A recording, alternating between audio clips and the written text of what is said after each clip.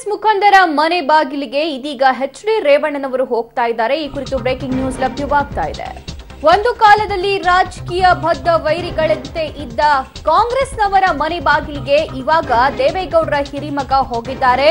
ತನ್ನ ಮಗನನ್ನ ಗೆಲ್ಲಿಸಲು ಕಾಂಗ್ರೆಸ್ಸಿಗರ ಮನೆ ಬಾಗಿಲಿಗೆ ರೇವಣ್ಣನವರು ಹೋಗಿದ್ದಾರೆ. ಹಾಸನ ಜಿಲ್ಲಾ ಕಾಂಗ್ರೆಸ್ ಮುಖಂಡ ಗಂಡಸಿ ಶಿವರಾಮ್ ಭೇಟಿಯಾಗಲು ನಿರ್ಧಾರ ಮಾಡಿದ್ದಾರಂತೆ. ಇನ್ನು ಹೋಗಿಲ್ಲ. ಹಾಸನದಲ್ಲಿ ದೋಸ್ತಿ ಧರ್ಮ ಪಾಲನೆ ಆಗ್ತಾ ಇಲ್ಲ ಅಂತ ಅಸಮಾಧಾನವನ್ನ ಶಿವರಾಮ್ ಅವರ ಹತ್ರ ವ್ಯಕ್ತಪಡಿಸಿದ್ದಾರಂತೆ ರೇವಣ್ಣನವರು.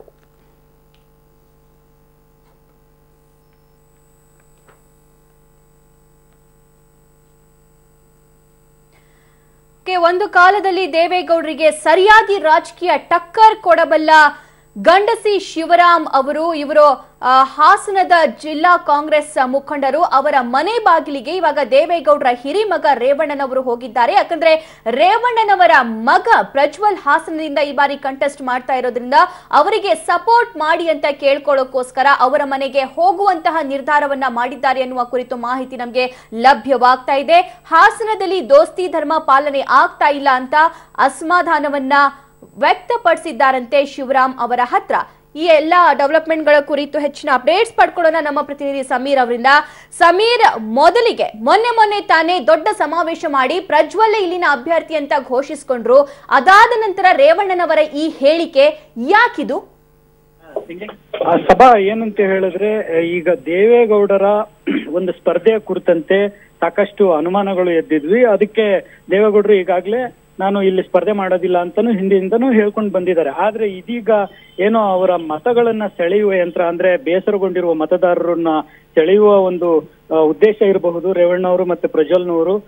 ದೇವೇಗೌಡ್ರೆ ಇಲ್ಲಿ ಸ್ಪರ್ಧೆ ಮಾಡಬೇಕು ಅಂತ ನಾವು ಒತ್ತಾಯಿಸ್ತಾ ಇದೀವಿ, ಆದ್ರೆ ಅವ್ರು ಒಪ್ತಾ ಇಲ್ಲ ಅನ್ನಂತ ಹೇಳುವಂತ ಮಾತನ್ನ ರೇವಣ್ಣ ಅವರು ಹೇಳಿರುವಂತದ್ದು. ಏನು ಈ ಹಿಂದಿನಿಂದಲೂ ಇಲ್ಲಿ ದೇವೇಗೌಡರು ಅಭ್ಯರ್ಥಿಯಾಗಿದ್ದಾರೆ. ಅವ್ರನ್ನ ಇಷ್ಟಪಡುವಂತ ಅವರ ಅಭಿಮಾನಿಗಳು ಸಾಕಷ್ಟು ಸಂಖ್ಯೆಯಲ್ಲಿ ಇಲ್ಲಿದ್ದಾರೆ. ಅವರೆಲ್ಲರ ಒತ್ತಾಯ ಕೂಡ ದೇವೇಗೌಡರೇ ಇಲ್ಲಿ ಅಭ್ಯರ್ಥಿ ಆಗ್ಬೇಕು ಅನ್ನಂಥದ್ದು ರೇವಣ್ಣ ಅವರು ಹೇಳ್ತಾ ಇರುವಂತ ಮಾತು. ಆದ್ರೆ ಈಗಾಗಲೇ ದೇವೇಗೌಡರೇ ಪ್ರಜ್ವಲ್ ನನ್ನ ಉತ್ತರಾಧಿಕಾರಿ, ಅವನೇ ಇಲ್ಲಿ ಚುನಾವಣೆಗೆ ನಿಲ್ತಾನೆ ಅಂತ ಹೇಳಿ ಸ್ಪಷ್ಟಪಡಿಸಿರೋದ್ರಿಂದ ಇದು ಈ ದೇವೇಗೌಡರು ಎಲೆಕ್ಷನ್ ನಿಲ್ಬೇಕು ಇಲ್ಲಿ ಹಾಸನ ಜಿಲ್ಲೆಯಿಂದ ಅಂತ ಹೇಳಿ ರೇವಣ್ಣ ಅವರ ಮಾತು ಎಷ್ಟು ಪ್ರಾಮುಖ್ಯತೆ ಪಡ್ಕೊಳ್ಳುತ್ತೆ ಅನ್ನುವಂಥದ್ದು ಮುಖ್ಯವಾಗಿದೆ ಸಭಾ. ಓಕೆ, ಮಗದೊಂದು ಸೈಡ್ ನಾವು ಬರೋದಾದ್ರೆ, ಒಂದು ಕಾಲದಲ್ಲಿ ಜೆಡಿಎಸ್ನ ಬದ್ಧ ವೈರಿ ಶಿವರಾಮ್ ಅವರ ಮನೆಗೆ ಭೇಟಿ ನೀಡಲು ನಿರ್ಧರಿಸಿದ್ದಾರಂತೆ ರೇವಣ್ಣನವರು. ಯಾಕೆ? ದೋಸ್ತಿ ಸರ್ಕಾರದ ಎಫೆಕ್ಟ್ ಇದು? ಸಭಾ ಏನಂತ ಹೇಳಿದ್ರೆ, ಖಂಡಿತವಾಗ್ಲೂ ಇದು ದೋಸ್ತಿ ಸರ್ಕಾರದ ಒಂದು ಮಿಶ್ರಣದ ವ್ಯವಸ್ಥೆ ಅಂತಾನೆ ಹೇಳ್ಬೋದು. ಏನಂತ ಹೇಳಿದ್ರೆ, ಇದುವರೆಗೆ ಕಡು ಬದ್ಧ ವೈರಿಗಳು ಅಂತಾನೆ ಗುರುತಿಸ್ಕೊಂಡಿದ್ದಂತಹವರು ರೇವಣ್ಣ ಮತ್ತೆ ಗಂಡಸಿ ಶಿವರಾಮ್. ಗಂಡಸಿ ಶಿವರಾಮ್ ಅವರು ಗಂಡಸಿ ಕ್ಷೇತ್ರದಿಂದ ಅವರು ಸ್ಪರ್ಧಿಸ್ತಾ ಇದ್ರು. ಅವರಿಗೆ ಕ್ಷೇತ್ರವೇ ಇಲ್ಲದಂತಾಯ್ತು. ನಂತರ ಅವರು ಏನು ಗಂಡಸಿ ಶಿವರಾಮ್ನ ರಾಜಕೀಯದಲ್ಲಿ ಸಾಕಷ್ಟು ಜಿದ್ದಾಜಿದ್ದಿ ಒಂದು ರಾಜಕೀಯ ಗಲಭೆಗಳು ಸಹ ನಡೆದಿದ್ದಾವೆ. ಇದೇ ವಿಚಾರಕ್ಕೆ ಏನು ಜೆಡಿಎಸ್ ಮತ್ತೆ ಕಾಂಗ್ರೆಸ್ನ ಕಾರ್ಯಕರ್ತರ ನಡುವೆ ಸಾಕಷ್ಟು ಪ್ರಮಾಣದಲ್ಲಿ ಅಲ್ಲಿ ಗಲಭೆಗಳಾಗಿದ್ವು. ಹಾವು ಮುಂಗುಸಿ ಅಂತಿದ್ದವರು ಈಗ ಏನು ರೇವಣ್ಣ ಅವರು ಮತ್ತೆ ಗಂಡಸಿ ಶಿವರಾಮ್ನವರು ಈಗ ಒಂದಾಗ್ತಾ ಇರುವಂತದ್ದು ತೀರಾ ವಿಶೇಷವಾಗಿರುವಂತದ್ದು. ಏನು ದೋಸ್ತಿ ಸರ್ಕಾರದ ಹಿನ್ನೆಲೆಯಲ್ಲಿ ದೋಸ್ತಿಯನ್ನು ಧರ್ಮ ಪಾಲಿಸಬೇಕಾದಂತಹ ರೇವಣ್ಣ ಅವರು ಅದನ್ನ ಪಾಲಿಸ್ತಾ ಇಲ್ಲ ಅಂತ ಹೇಳಿ ನಿನ್ನೆ ತಾನೇ ಗಂಡಸಿ ಶಿವರಾಮನವರು ಹೇಳಿಕೆ ನೀಡಿ, ನಮಗೆ ಇದೇ ರೀತಿ ಮುಂದುವರೆದ್ರೆ ನಾವು ಜೆಡಿಎಸ್ನಿಗೆ ಸಪೋರ್ಟ್ ಮಾಡ್ಲಿಕ್ಕೆ ಆಗಲ್ಲ, ಬೆಂಬಲಿಸ್ಲಿಕ್ಕೆ ಆಗಲ್ಲ, ಅವರಿಗೆ ಎಲ್ಲ ಇಲ್ಲಿ ಕ್ಷೇತ್ರದಲ್ಲಿ ಮತಗಳನ್ನ ಪಡೆಯೋದು ಕಷ್ಟ ಆಗ್ಬೋದು ಅಂತ ಹೇಳಿ ಹೇಳಿಕೆಯನ್ನ ಕೊಟ್ಟಿದ್ರು. ಇದೀಗ ಇಂದು ಬೆಳಿಗ್ಗೆ ರೇವಣ್ಣ ಅವರು ಈ ರೀತಿ ಈಗ ಗಂಡಸಿ ಶಿವರಾಮ್ ಮನೆಗೆ ಭೇಟಿ ಕೊಡುವುದಾಗಿ ಅನೌನ್ಸ್ ಮಾಡಿದ್ದಾರೆ.